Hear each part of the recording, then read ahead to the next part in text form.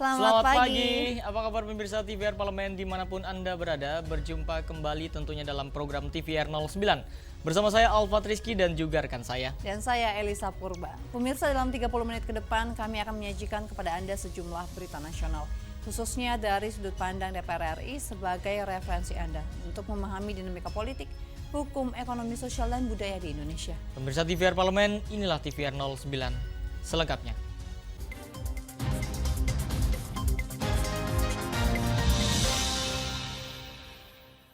Pemirsa, Komisi 9 DPR RI mendukung penuh setiap upaya pemberantasan tuberkulosis di Indonesia melalui pengembangan kebijakan berbasis data dan bukti sains yang kuat.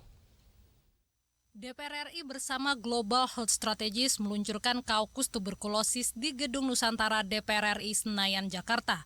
Agenda yang mengusung tema Eliminasi TBC 2030 Nusantara Sehat Indonesia Kuat ini bertujuan memperkuat komitmen parlemen untuk memerangi tuberkulosis atau TBC di Indonesia. Wakil Ketua Komisi 9 DPR RI Emmanuel Melkiades Lakalena mendukung penuh setiap upaya pemberantasan tuberkulosis di Indonesia melalui pengembangan kebijakan berbasis data dan bukti sains yang kuat. Hari ini sudah kita deklarasikan Kaukus TB DPR RI yang akan menjadi lembaga atau kelompok yang akan secara serius untuk fokus di isu TB di tanah air. Kami pastikan bahwa DPR RI akan bersungguh-sungguh mulai dari RIBK ya, kita lagi membahas RIBK sekarang dengan Bidang Kesehatan, di mana nanti pemerintah pusat, pemerintah kabupaten kota, provinsi, sampai tingkat desa kelurahan, dan pihak swasta, BUMN dan pihak swasta lain di pusat maupun daerah akan bersungguh-sungguh untuk mulai menetapkan langkah-langkah bagaimana untuk mengeliminasi TB tahun 2030. Sementara itu, anggota Komisi 9 DPR RI Putih Sari mengatakan, pemberantasan kasus TBC di Indonesia perlu melibatkan lintas sektoral, sehingga parlemen dengan 11 komisi yang ada dapat menjadi penguat upaya eliminasi TBC pada tahun 2030. Dari 11 komisi ini dengan bidang-bidangnya masing-masing tentu sangat berkaitan untuk bisa mengupayakan eliminasi tuberkulosis. Baik dari tidak hanya dari Komisi 9 di sisi kesehatan, tapi juga isu-isu di bidang ketenagakerjaan, di bidang pendidikan ya. Panji dan Gunarso, TVR Parlemen melaporkan. Pemirsa, anggota Komisi 10 DPR RI menekankan perlunya pendampingan pemerintah dalam pelaksanaan program pendidikan dokter spesialis. Komisi 10 DPR RI menilai perlu adanya pendampingan dari kampus asal dengan rumah sakit bersangkutan bagi sarjana kedokteran yang hendak mengikuti program pendidikan dokter spesialis. Hal ini dibutuhkan agar senioritas ataupun perpeloncoan dalam pelaksanaan program tersebut dapat diminimalisasi. Anggota Komisi 10 DPR RI Ledia Hanifa Amalia menyayangkan masih maraknya perundungan yang dilakukan oleh senior kepada juniornya di institusi pendidikan maupun institusi profesi kedokteran. Untuk itu ia menekankan perlu adanya pendampingan yang dilakukan di dalam pelaksanaan program pendidikan dokter spesialis. Karenanya memang kontrol dalam perilaku, kontrol terhadap mentornya, pendampingnya, seniornya, itu harusnya diselenggarakan oleh kampus dan rumah sakit secara bersamaan. Nah, ini memang harus mengubah mental keseluruhannya, bukan cuma di Karyadi, karena kami mendengar juga ada di beberapa tempat. Coba mari kita sama-sama perbaiki. Wakil Ketua Komisi 10 DPR RI Dede Yusuf Macan Effendi meminta pelaku perundungan dapat diproses secara hukum. Menurutnya, upaya-upaya tegas harus segera diambil agar tidak ada lagi korban yang berjatuhan akibat perundungan. Nah, yang poin paling penting adalah dimanapun itu terjadi, call center ini harus ada. Tempat orang mengadu kepada siapa dia mengadu. Kan perundungan itu ketika dia tidak tahan, tapi dia tidak bisa mengadu. Nah, call center ini harus ada, dan call center perundungan itu seperti kayak di DPR-nya, kalau jika ada yang merasa dirundung, dia ada call center-nya, dia bisa bercerita. Di lembaga-lembaga lain silahkan, ya, di rumah sakit silahkan. Karena ini masalahnya adalah tadi penyalahgunaan kewenangan-kewenangan. Oki dan Bani, TVR Parlemen melaporkan. Pemirsa, memasuki 79 tahun kemerdekaan Indonesia, DPR RI menekankan stunting dan gelombang PHK harus segera ditangani. Dan informasi selengkapnya kami hadirkan sesaat lagi, tetaplah di TVR 09.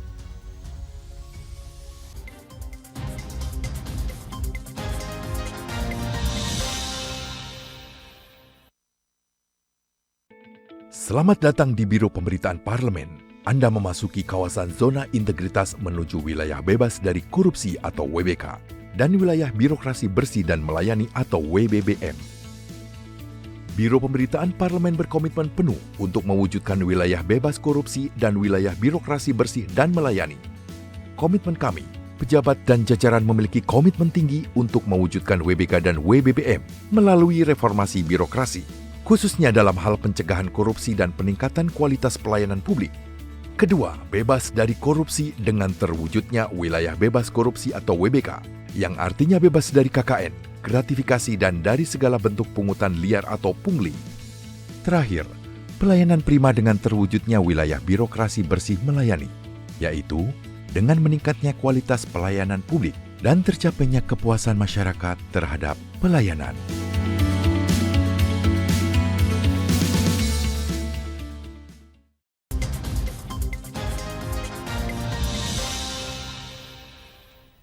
Pemirsa, DPR RI menilai permasalahan stunting harus segera diatasi untuk mencapai target Indonesia Emas tahun 2045. Selain itu, gelombang PHK yang marak terjadi di Indonesia juga dapat diatasi dalam peralihan pemerintahan yang baru.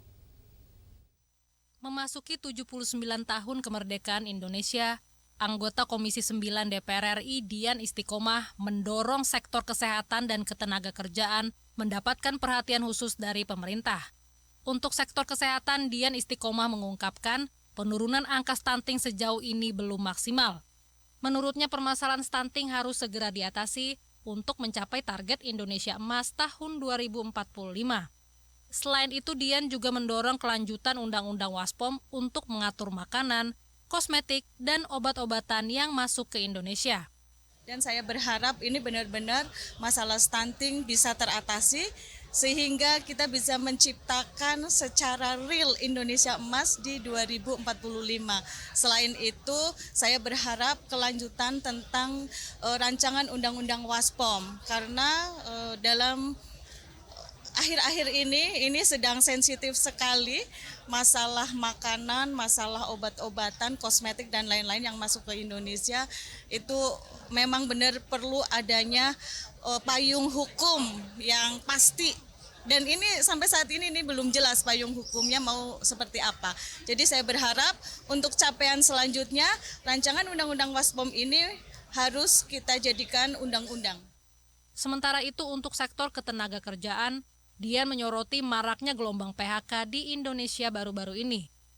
Ia berharap pembangunan IKN dan pergantian pemerintahan dapat membuka lapangan kerja baru sehingga berdampak pada kesejahteraan rakyat Indonesia. Helmi dan Yoga, TVR Parlemen, melaporkan. Pemirsa, DPR RI mengingatkan prediksi gempa megatrust jangan sampai membuat kepanikan di kalangan masyarakat.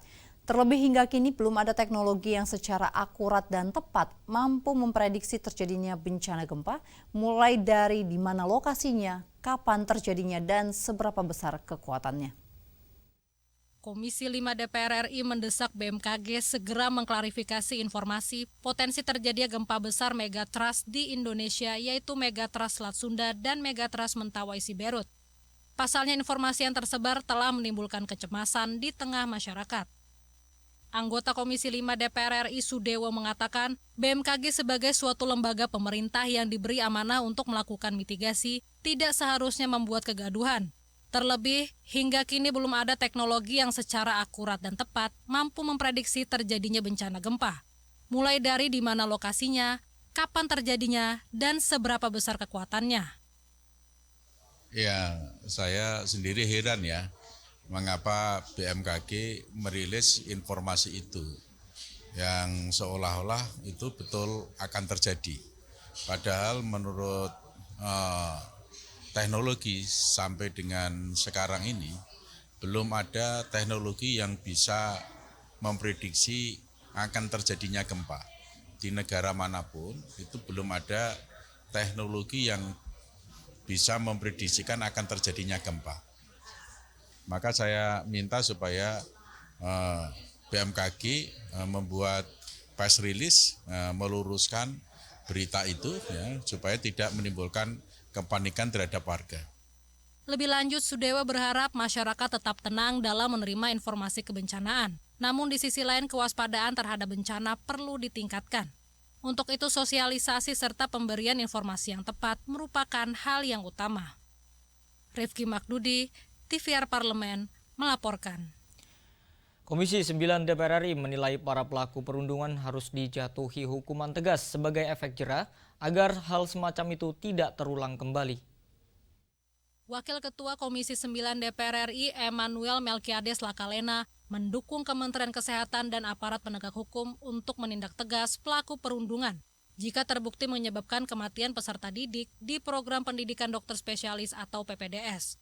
Melki menyebut Komisi 9 DPR RI telah menerima banyak laporan perihal perundungan yang dilakukan oleh para senior terhadap para junior yang sedang menempuh pendidikan dokter spesialis. Menurutnya, para pelaku perundungan harus dijatuhi hukuman secara tegas sebagai efek jera agar hal semacam itu tidak terulang kembali. Sudah mendengarkan banyak laporan terkait dengan bullying PPDS yang terjadi di berbagai kampus, ya, yang itu dilakukan oleh terutama para senior-senior terhadap junior-junior yang lagi bersekolah untuk menempuh pendidikan dokter spesialis. Kami mendukung langkah penuh dari Kementerian Kesehatan agar ada efek jera ini. Semua pelaku hari ini harus ditindak tegas. Baik itu misalnya senior-senior yang menjadi dosen, ataupun mungkin para pengampunya di rumah sakit pemerintah misalnya, ataupun senior-seniornya yang juga lagi menjadi senior dia di sekolah PPDS ini, siapapun pelakunya itu kami dukung Kementerian Kesehatan, Pak Menkes, Pak Wamen dan jajaran untuk menindak tegas seluruh para pelaku. Sementara itu, Wakil Menteri Kesehatan Dante Saxono Harbuono menyerahkan investigasi kasus dugaan perundungan peserta pendidikan dokter spesialis ke pihak kepolisian. Pasti kita akan tindak lanjuti bukan saja di Undip, tetapi di seluruh fakultas kedokteran, di seluruh rumah sakit vertikal yang sebagai rumah sakit penyedia untuk pendidikan PPDS, maka proses-proses bullying ini harus kita hapuskan. Panji dan Gunarso, TVR Parlemen melaporkan. Kasus meninggalnya mahasiswi program pendidikan dokter spesialis program studi anestesi Fakultas Kedokteran Universitas Diponegoro mengejutkan publik. Sebab diduga ada indikasi perundungan yang dialami oleh mahasiswi tersebut. Dan pemirsa, kami hadirkan informasi selengkapnya sesaat lagi, tetaplah di TVR 09.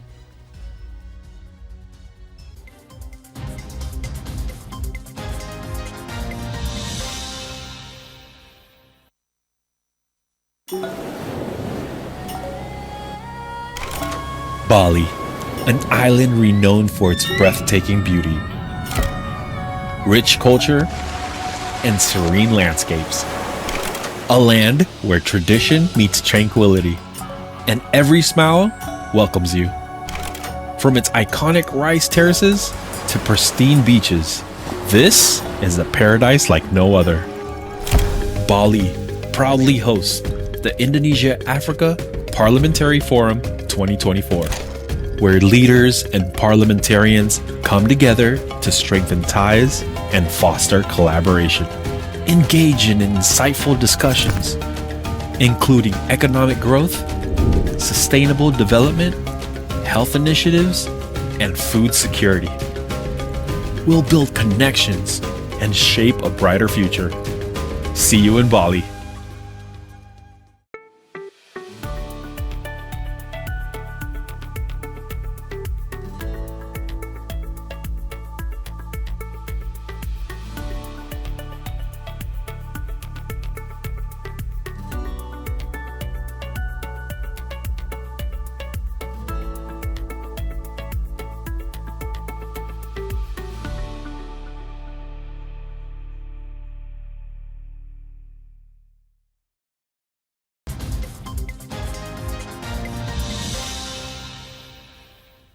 Kembali pemirsa di TVR 09. Pemirsa, sangat mengejutkan hasil screening mahasiswa PPDS oleh Kementerian Kesehatan pada awal tahun 2024 lalu menunjukkan hampir separuh sampel mengalami depresi. Dan di sini DPR RI menilai penyalahgunaan wewenang dan senioritas yang masih saja terjadi di institusi profesi dokter harus ditindak secara hukum agar tidak lagi menelan korban jiwa. Mari kita simak informasi mendalam yang telah dirangkum dalam segmen editorial Parlemen berikut ini.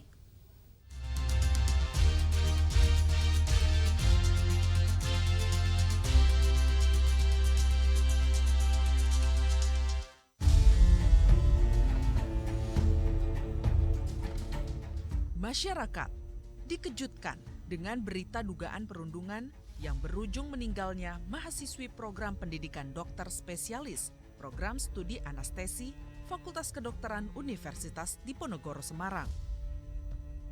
Dia ditemukan wafat di kamar indekos akibat menyuntikkan obat penenang ke tubuhnya. Menteri Kesehatan Budi Gunadi Sadikin mengungkap, budaya perundungan di kalangan dokter spesialis sudah berlangsung puluhan tahun. Padahal, beban yang diampu peserta PPDS tak kalah berat. Dari durasi pelayanan di rumah sakit yang terlampau panjang, mahalnya biaya pendidikan, dan lamanya pelaksanaan program PPDS. Pada awal tahun 2024 lalu, Kementerian Kesehatan menyelenggarakan screening mental pada peserta PPDS di 28 rumah sakit vertikal dengan sampel 12.000 peserta PPDS. Hasil yang didapat cukup mencengangkan. Ditemui hampir separuh sampel mengalami depresi yang ditandai dengan merasa lelah hingga mengalami gangguan makan. Karena mendapatkan tekanan pekerjaan yang tidak berhubungan dengan kedokteran, mulai dari diperlakukan sebagai asisten pribadi, membayar pengeluaran pribadi, dan mengerjakan tugas personal dokter senior sampai ancaman pelecehan seksual. Merasa prihatin, anggota DPR RI Arzetti Bilbina merasa tidak perlu lagi ada senioritas di dunia pendidikan. Ia menekankan perlu ada payung hukum yang jelas untuk mengatur perlindungan bagi peserta PPDS guna meminimalisir dampak gangguan mental. Jujur aku prihatin gitu ya. Ini perlu digarisbawahi oleh pemerintah. Jadi memang ada punishment dan kekuatan payung hukum dan juga keamanan bagi mahasiswa, para dokter muda gitu ya. Arogansi, senioritas itu yang sudah tidak ada lagi. Seharusnya senioritas itu mengemong, kemudian melibat, menyayangi. Kalau seperti ini kulturnya itu akan menjadi tradisi. Sementara Dede Yusuf menilai penyalahgunaan wewenang dan senioritas yang masih saja terjadi di institusi profesi dokter harus ditindak tegas secara hukum agar tidak lagi menelan korban jiwa. Ia juga mendorong dibentuknya saluran pengaduan dalam bentuk call center bagi korban perundungan untuk membantu pemulihan gangguan mental korban perundungan. Jadi kalau saya katakan ini penyalahgunaan kewenangan dan senioritas. Bisa atasan kepada bawahan, bisa senior kepada juniornya. Ya menurut saya tetap itu harus ada sanksi yang cukup tegas. Nah yang paling penting, poin paling penting adalah dimanapun itu terjadi, call center ini harus ada. Tempat orang mengadu. Lebih lanjut, Ledia Hanifa Amaliyah menilai pihak kampus dan rumah sakit harus mengawal pelaksanaan program pendidikan dokter spesialis untuk meminimalisir praktik senioritas ataupun perpeloncoan dalam pelaksanaan program tersebut.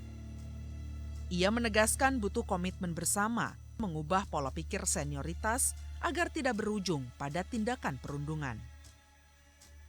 Karenanya memang kontrol dalam perilaku, kontrol terhadap mentornya, pendampingnya, seniornya, itu harusnya diselenggarakan oleh kampus dan rumah sakit secara bersamaan. Kami banyak mendengar persoalan-persoalan ketika PPDS, senioritas itu sangat berpengaruh.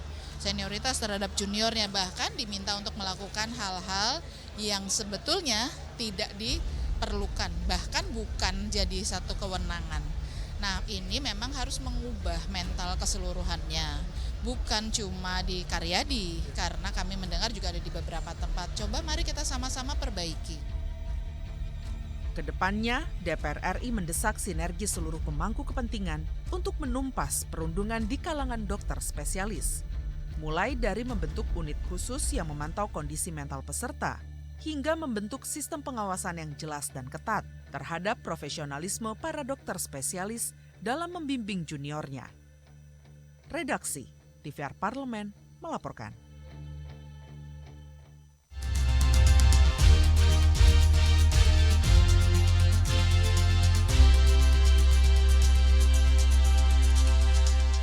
Ya, Elisa dan juga pemirsa, seperti yang kita ketahui bahwa kasus pungutan liar atau pungli kian marak di berbagai tempat. Salah satunya yaitu di tempat wisata. Benar sekali, karena memang berbagai alasan diberikan oleh pelaku pungli untuk memaksa korban membayar sejumlah uang. Dan situasi meresahkan ini tentunya dapat kita hindari pemirsa dengan beberapa tips nih yang dapat diterapkan bagi Anda jika berkunjung ke tempat wisata. Apa saja tips menghindari pungli saat berwisata? Jangan kemana-mana pemirsa, tetaplah di TVR 09.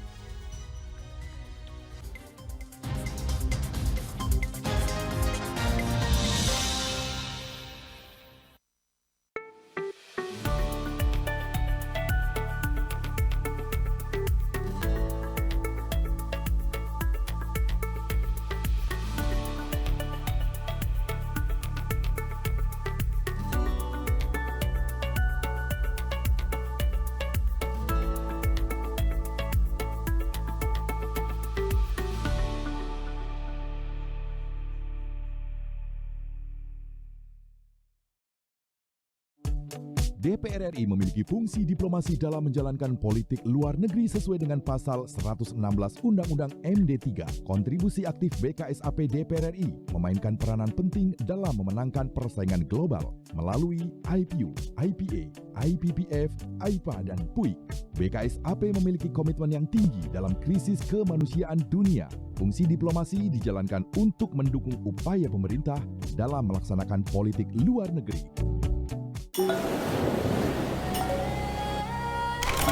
Bali, an island renowned for its breathtaking beauty, rich culture, and serene landscapes.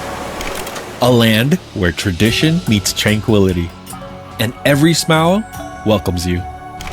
From its iconic rice terraces to pristine beaches, this is a paradise like no other. Bali proudly hosts the Indonesia-Africa Parliamentary Forum 2024, where leaders and parliamentarians come together to strengthen ties and foster collaboration. Engage in insightful discussions, including economic growth, sustainable development, health initiatives, and food security. We'll build connections and shape a brighter future. See you in Bali.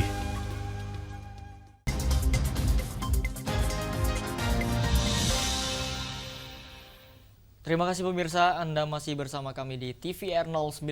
Pemirsa, kasus pungli di beberapa daerah wisata ini membawa dampak pada turunnya minat berkunjung masyarakat ke destinasi wisata. Tidak hanya merugikan pengunjung, namun kasus pungli juga dapat merugikan pelaku pariwisata dalam negeri, termasuk pelaku UMKM dan masyarakat setempat. Tentu guna menghindari hal meresahkan ini, mari kita saksikan bersama tips menghindari pungli saat liburan di tempat wisata pada segmen Intips Informasi dan Tips berikut ini.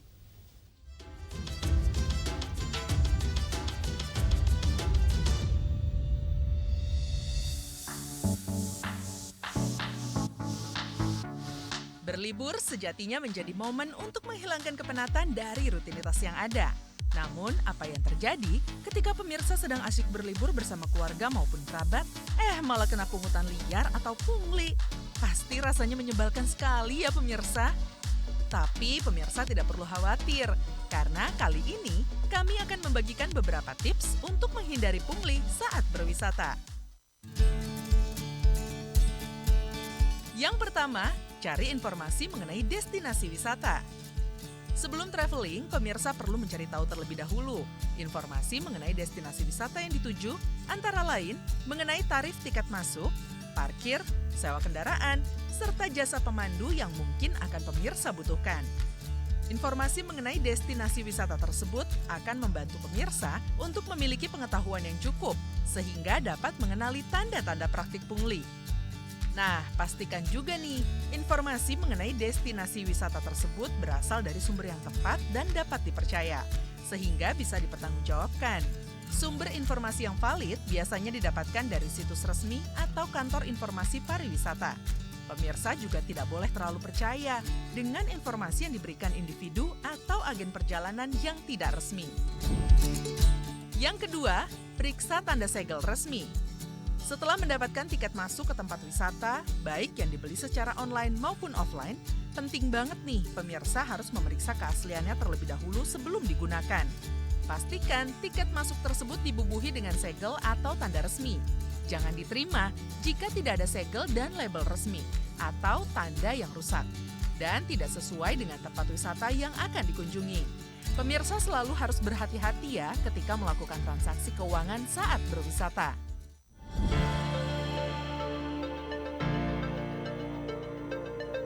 Yang ketiga, gunakan saluran pembayaran resmi serta minta bukti pembayaran.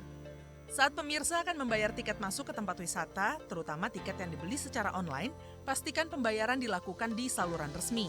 Jangan membayar pada pihak lain atau individu yang tidak memiliki identitas resmi. Dan yang sangat penting, selalu minta bukti pembayaran resmi seperti karcis atau struk untuk setiap transaksi yang dilakukan. Pastikan tiket masuk atau bukti penggunaan jasa wisata memiliki tanda dan segel resmi seperti nomor seri, dan hindari menerima tiket yang sudah rusak atau tanpa segel atau nomor seri. Yang keempat, berani tolak pungli dan laporkan. Pastikan harga tiket masuk atau jasa wisata sesuai dengan pencarian informasi. Pemirsa bisa bertanya ketika hendak membayar di lokasi wisata jika ditemukan perbedaan. Terlebih jika dimintai biaya tambahan yang tidak sesuai dengan tarif resmi. Pemirsa dapat menolaknya dengan tegas. Jika pemirsa menjadi korban pungli atau melihat adanya praktik pungutan liar ini, dapat melaporkan kepada pihak berwenang setempat atau kantor manajemen wisata. Melawan pungli adalah tanggung jawab bersama. Dengan melaporkan tindakan ini, dapat membantu kita semua dalam memerangi praktik pungli dan melindungi wisata lainnya.